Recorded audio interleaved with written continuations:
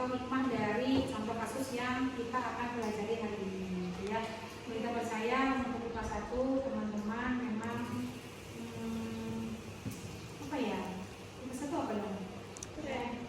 Ya, kelas 1 keren. Kelas 1 memang selalu best. Mudah-mudahan itu terus dan mudah-mudahan teman-teman menjadi orang-orang yang sukses. Mungkin langsung saja dimulai. Untuk hari ini kita akan diskusi kelompok. Berarti teman-teman langsung duduk berdasarkan kelompok. Baik, hari ini kelompok pertama yang akan mempresentasikan contoh kasus pelanggaran hak dan kewajibannya adalah kelompok Ihsan dan kawan-kawan. Minta persilakan.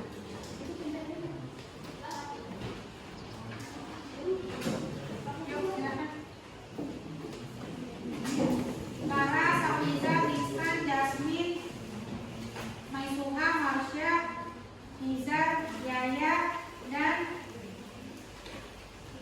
Putri.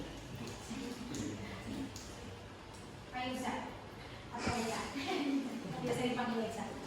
Ya, silakan. Langsung mulai. Assalamualaikum warahmatullahi wabarakatuh. Selamat siang semuanya. Semoga masih tetap semangat. Jadi kali ini sebelumnya perkenalkan dulu, nama saya Ihsan. Nama saya Jasmine. Nama saya Hafiza. Nama saya Maisuha. Nama saya Nadia. Nama saya Laras. Nama saya Putri Ayasa. Nama saya Muhammad Ibnu Fadli. Nah, kali ini kita akan membahas tentang kasus pelanggaran hak dan peninggalan kewajiban. Sebelum ke kasusnya, kita cari tahu dulu nih apa sih pengertiannya. Nah, pengertian dari pelanggaran hak sendiri, tindakan menghalangi, mengurangi, membatasi, mencabut, melanggar hak seseorang. Pelanggaran hak dapat terjadi karena kondisi seseorang atau sifat egois yang dimilikinya. Terus kalau peninggalan kewajiban sendiri, tidak terlaksananya tanggung jawab dan kewajiban seseorang. Seseorang bisa tidak memenuhi kewajibannya karena sifat pribadi yang dimilikinya dan tidak adanya penegakan hak terhadap orang tersebut. Nah, itu tadi pengertian dari pelanggaran hak dan peninggalan kewajiban.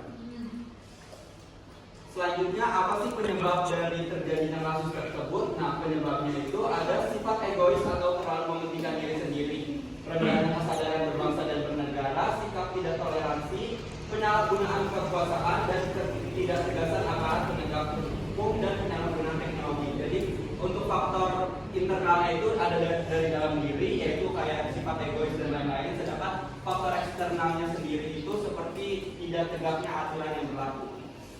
Nah, selanjutnya kita ke contoh kasusnya. Jadi di contoh kasus ini pasti kalian nggak asing sama yang baru-baru ini diberitakan. Itu ada kasus yang 271 triliun. Nah, itu akan kami jelaskan lebih rinci. Yang pertama itu ada awal kasus 5 awalnya terhadap kasus polisi setelah Kejagung menetapkan 5 orang tersangka yang terkait dengan perkara dugaan tindak pidana korupsi. Dalam ketentuan Piagam Komunitas Rumah Wilayah Izin Usaha Penambangan atau IUP PT Lima TBK tahun 2015 sampai dengan 2022. Salah satunya adalah ex dirut PT Lima TBK Mukhtar Riza pada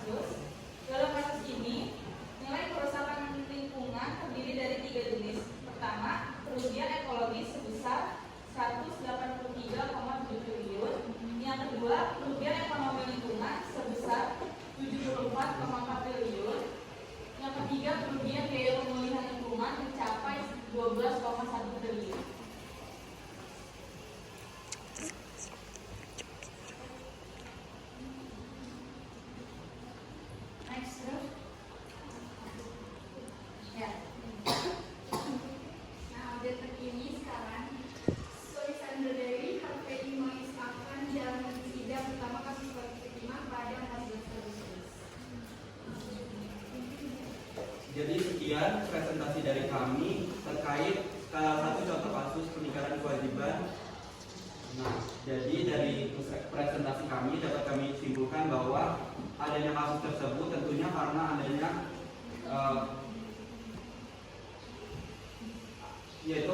adanya ketidakpuasan terhadap hak yang dimiliki. Nah, serta adanya juga keegoisan dari pihak tersangka. Sementara itu juga adanya kelonggaran dari hukum yang berlaku. Jadi dari presentasi kami, apabila ada yang ingin ditanyakan, silakan. Silakan. Dibuka, boleh. Silakan Inaya. Nanya dari kasus ini termasuk kesalahan berapa? Oke, terima kasih. Silakan kalau belum ada lagi teman-teman yang ingin bertanya. Mungkin satu atau dua orang penanya bisa ya? Iya bisa. Ya. Boleh, silakan. Elisa. Elika, sorry. Elika. Kasasi itu yang diambil itu maksudnya termasuk berapa? Ya, silakan. Dijawab. Terima kasih pertanyaannya diberikan kami. Boleh, 2 menit. Silakan.